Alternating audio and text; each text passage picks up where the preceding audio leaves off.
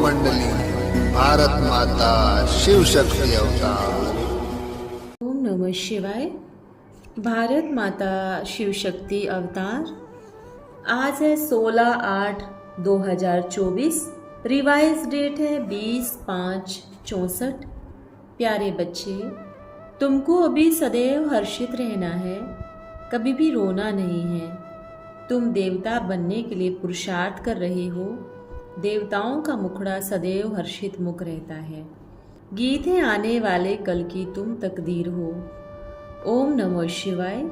माताओं ने, सभी सजनियों ने गीत सुना। बच्चे जानते हैं इस भारत की तकदीर में लकीर लगी हुई है। किस द्वारा लगी हुई है? 5 विकारों रूपी रावण के द्वारा। अब फिर तुम बच्चे भारत की तकदीर बना रहे हो। तुम हो शिव शक्ति माताएं। जब ज्ञान सागर आते हैं तो माताओं के ऊपर आए कलश रखते हैं। बाकी शास्त्रों में जो गपोड़े लगा दिए हैं ऐसी कोई बात नहीं। तुम बच्चे जानते हो हम भारत की तकदीर बनाने अर्थात भारत को स्वर्ग बनाने वाले हैं। शिव पिता द्वारा तुम शिव पिता की सेना हो। तुम जानते हो हम भारत की तकदीर बनाने वाले, भारत को स्वर्ग बनाने वाले हैं बाप द्वारा। तुम बाप की सेना हो, पिता के घर की शोभा हो। माता पिता के पास बच्चा नहीं होता है तो घर जैसे सूना सूना लगता है। तो अब यह दुनिया भी सुनी हुई पड़ी है। अभी तुम बच्चे इसको स्वर्ग बनाने वाले हो। शिव पिता कहते हैं मैं तुम माताओं का गुलाम हूँ, क्योंकि आगे यह माताएं पति के गुलाम थी। इनको कहा जाता था हिंदू नारी का पति ही गुरु, ईश्वर, शिक्षक सब कुछ है। वास्तव में है इस समय की बात। वो फिर भक्ति मार्ग में ले गए हैं। परम पिता परमात्मा को ही इस समय कहा जाता है तुम ही हो माता पिता, तुम ही हो सब कुछ, वो एक है। हिंदू लोगों ने फिर पति के लिए कह दिया है। वास्तव में शिव बाबा है पतियों का पति। तुम तो सदा सौभाग्यशाली बनते हो और यह पति तो अमर है, अमरनाथ है ना। तुमको यह अमरनाथ, अमरपुरी का मालिक बनाते हैं। ऐसे पति को बहुत याद करना है जो तुमको पढ़ाकर स्वर्ग का मालिक बनाते हैं। ऐसे पति को भूलने से रोना आ जाता है ना। शिव पिता कहते हैं क्या तुम्हारा साजन मर गया है जो तुम रोती हो? तुमको तो सदैव हर्षित रहना है, अभी हर्षित मुख रहना है। देवताओं का मुखड़ा सदैव हर्षित मुख रहता है। मनुष्य देखने से ही खुश हो जाते हैं। देवताओं को तो खुशी कहाँ से आई? संगम पर शिव पिता ने ऐसा हर्षित मुख बनाया, खुश मिजाज बनाया। अभी पुरुषार्थ करना है, तभी वो अविनाशी बनेंगे। शिव पिता कहते हैं रोने की तो बात ही नहीं। वहाँ ऐसा सलोना साजन मिला है जिससे स्वर्ग के महाराजा महारानी बनते हो, फिर रोना क्यों? तुम तो इस सारी सृष्टि का श्रृंगार हो, मोस्ट वैल्यूएबल एक्टर्स हो। तुम श्रीमत पर कदम कदम चलते हो। बच्चों, तुम अभी जो सुनते हो यह एक एक लाखों रुपए का है। वो विद्वान लोग गीता, वेदांत आदि सुनाते हैं तो कहते हैं यह 1 वर्षन लाख रुपए का है, परंतु ऐसे तो है नहीं। शास्त्र तो भारतवासी बहुत सुनते हैं, फिर धनवान, आयुष्मान, संपत्तिवान तो हुए नहीं। शास्त्र हैं भक्ति मार्ग के, जो सुनते सुनते संपत्तिवान के बदले इंसॉल्वेंट बन पड़े हैं। तुम हर एक रूप बसंत हो। आत्मा रूप है ना, शिव पिता भी रूप है। फिर इनको ज्ञान का सागर कहा जाता है, ज्ञान की वर्षा करने वाला। स्थूल पानी की वर्षा नहीं, इसको तो ज्ञान रत्न कहा जाता है। हर एक को यह ज्ञान रत्न का बीज होना है। मनुष्यों की बुद्धि में है, समझाना चाहिए। तुम आत्मा हो, यह तुम्हारा शरीर है। तुम कहते भी हो पाप आत्मा, पुण्य आत्मा। पाप परमात्मा, पुण्य परमात्मा नहीं कहते। इससे सिद्ध है परमात्मा सर्वव्यापी नहीं है। माया पाप आत्मा बनाती है, शिव पिता फिर पुण्य आत्मा बनाते हैं। पुण्य आत्माओं की दुनिया को स्वर्ग, पाप आत्माओं की दुनिया को नर्क कहा जाता है। सबको पावन बनाने वाला सदगति दाता एक शिव पिता है। तो तुम बच्चे इस बेहद घर के श्रृंगार हो, तुम्हें भारत का श्रृंगार करना है। वैकुंठ को वंडर ऑफ वर्ल्ड कहा जाता है ना। मनुष्य तो वो जिस्मानी 7 वंडर्स दिखाते हैं, वो तो है मनुष्यों के बनाए हुए। वास्तव में वंडर ऑफ वर्ल्ड है वैकुंठ, जहाँ सब आत्माएं सदा सुखी रहती है।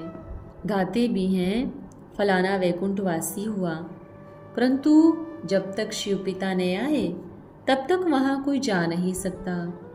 अभी तुम बच्चे जानते हो हम वैकुंठ में जाते हैं, वो जिस्मानी वंडर्स आँखों से देखने की हैं।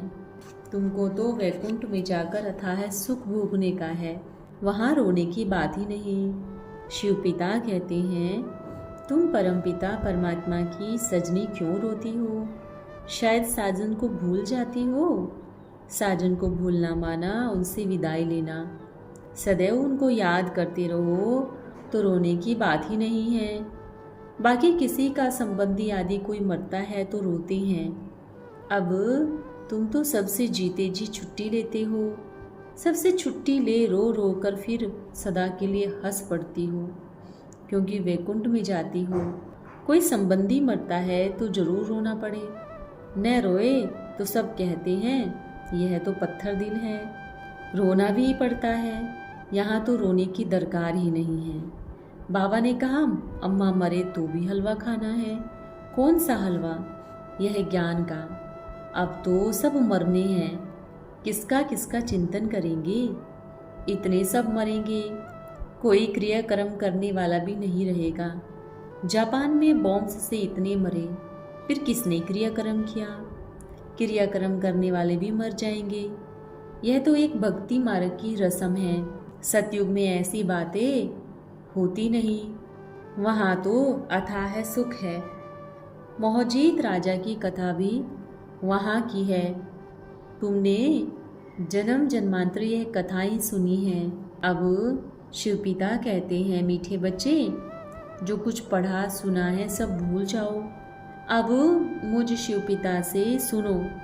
शास्त्रों की कथाएं सुनते सुनते तुम नीचे गिरते आए हो। वो सब है गपोड़े। ईश्वर सर्वव्यापी है, यह सबसे बड़ा गपोड़ा है। Hear no evil, see no evil. सबसे इविल बात है ईश्वर को सर्वव्यापी कहना। फिर कहते हैं श्री कृष्ण को 108 रानी थी। कब भी कोई कहे राम की सीता चुराई गई, बोलो यह सब इविल बातें मत सुनो। बंदरों की शक्ल का एक बनाया हुआ है। Talk no evil, see no evil, क्योंकि इस समय सभी मनुष्य बंदर से भी बदतर है। जो सुनाओ वो सत सत कहते रहते हैं। पवन से हनुमान का जन्म हुआ, यह भी सत। सब गपोड़े हैं। अब शिवपिता बैठ समझाते हैं, ये गलानी की बातें मत सुनो। मैं कल्प के संगम युगे युगे आता हूँ। शिवपिता को तो जरूर आना ही है, तब तो नॉलेज दे। मनुष्य कहते हैं ऋषि मुनि आदि त्रिकालदर्शी थे। बाबा कहते बिल्कुल नहीं थे।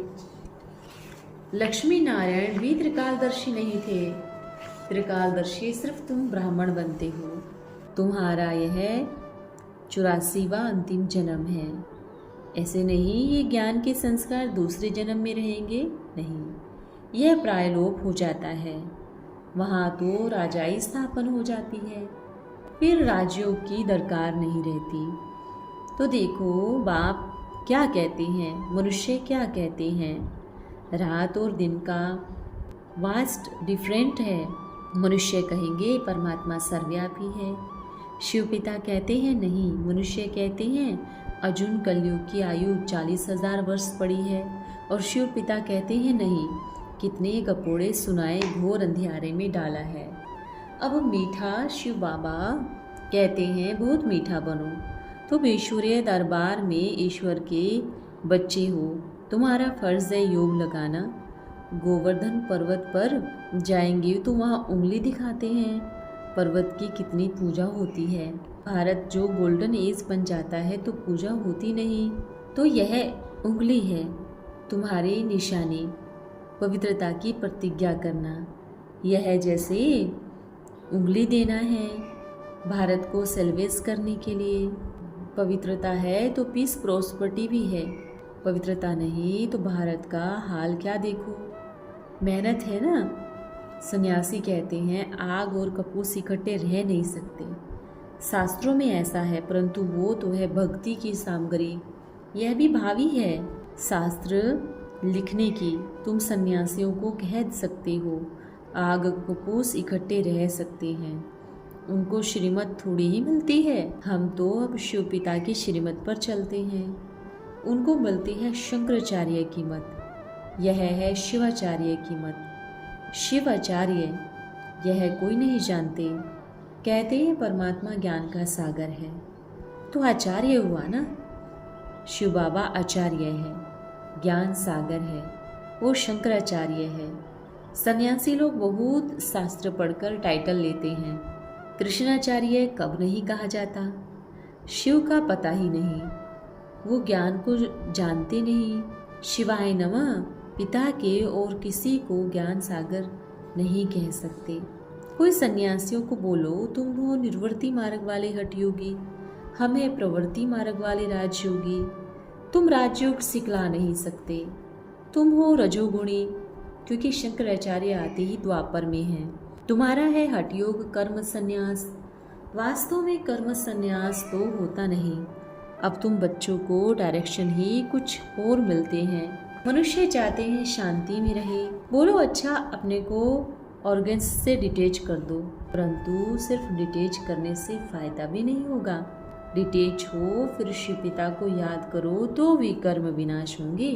शांति का हार तो तुम्हारे गले में पड़ा है, सिर्फ डिटेच कर दो। आत्मा का स्वधर्म है शांति।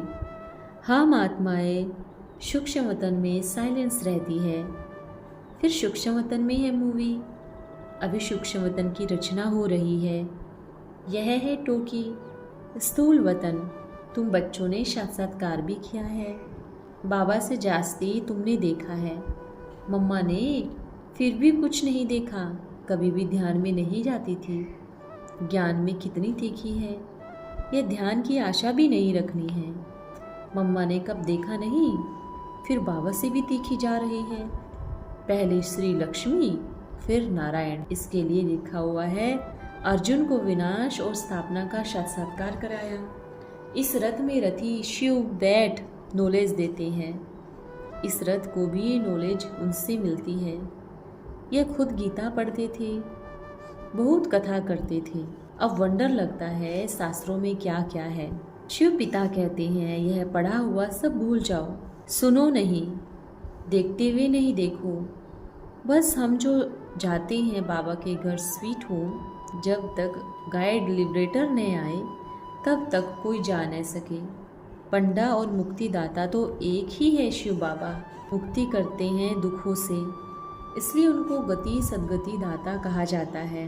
वो है मनुष्य सृष्टि का बीज रूप, सुप्रीम सोल। निराकारी दुनिया है आत्माओं के रहने का धाम। ऐसे नहीं कि ब्रह्म परमात्मा है, उसमें आत्माएं लीन हो जाएंगी। कितनी वंडरफुल बातें हैं। शिव पिता और तुम्हारा 84 जन्मों का पार्ट है इम्प्रेसिबल, यह कब मिट नहीं सकता। सृष्टि अनादि रची हुई है, सत्युग को नई सृष्टि कहा जाता है। अब है पुरानी सृष्टि, बाकी सृष्टि कोई विनाश नहीं होती। शिव पिता आते ही हैं पतित सृष्टि को पावन बनाने। सृष्टि है ही 84 जन्म, जरूर देवताओं के ही होंगे, फिर कम होते जाते हैं, फिर क्रिश्चियन आदि का भी हिसाब निकाल सकते हैं। वास्तव में भारतवासियों की सेंस बहुत होनी चाहिए, परंतु और धर्मों में कन्वर्ट होने के कारण कम हो गए हैं, नाम ही हिंदू रख दिया है। शिव पिता कहते हैं मैं आता हूँ जब मुझे देवी देवता धर्म की स्थापना करनी है। ब्रह्मा द्वारा स्थापना, शंकर द्वारा विनाश कराता हूँ, फिर जो स्थापना करते हैं वो ही पालना करेंगे। गांधी को भी जिन्होंने मदद की, मेहनत की, आज बहुत सुखी हैं। वहाँ सुखी तो सब बनेंगे, बाकी पद में फर्क पड़ जाता है। जो शिव पिता से योग रखेंगे और वर्षे को याद करेंगे वे सूर्यवंशी बनेंगे। कम याद करेंगे तो चंद्रवंशी, नहीं तो फिर प्रजा दास दासी आदि बनेंगे। शास्त्रवादियों ने फिर हिंसा की निशानी दे दी है। हिंसा वहाँ होती नहीं, माया पर जीत पाने की बात है। तुम भी युद्ध के मैदान में हो, परंतु तुम हो योग बल की अहिंसक। शिव पिता ने समझाया है, योग बल से ही कोई भी विश्व का मालिक बन सकता है। क्रिश्चियन घराने में कितना बल है, मिल जाए तो सारी दुनिया के मालिक बन जाए। परंतु लौ नहीं कहता। वो बंदर की कहानी है ना, कृष्ण के मुख में माखन आ जाता है। विश्व की राजाई का तो विश्व का राज्य योग बल से ही मिल सकता है। तुम हो श्रृंगार। शिव पिता कहते हैं, मैं स्वर्ग का रिश्ता हूँ। तुम बच्चों का भी यह धंधा है। अब तुम बच्चे वन स्थापना में मददगार करते हो। अच्छा, शिव पिता का याद प्यार। Good morning. स्वर्ग आश्रम के सर्व सेंटर के गोप गोपियों को याद प्यार। अच्छा बाबा, ओम नमो शिवाय। हमारा भी आपको याद प्यार। वरदान है, समर्पण भव। आप स्वयं को सर्वसमर्पण अनुभव करते हो। तन का समर्पण तो पहला कदम है, परंतु समर्पण की ऊंची स्टेज कौन सी है जानते हो? समर्पण की ऊंची स्टेज है श्वासों श्वास स्मृति में रहना। एक भी श्वास विस्मृत का न हो। ऐसे जो होंगे उनमें सहनशीलता का गुण जरूर होगा, हर्षित भी होंगे और शक्ति भी दिखाई देगी। ओम नमः शिवाय।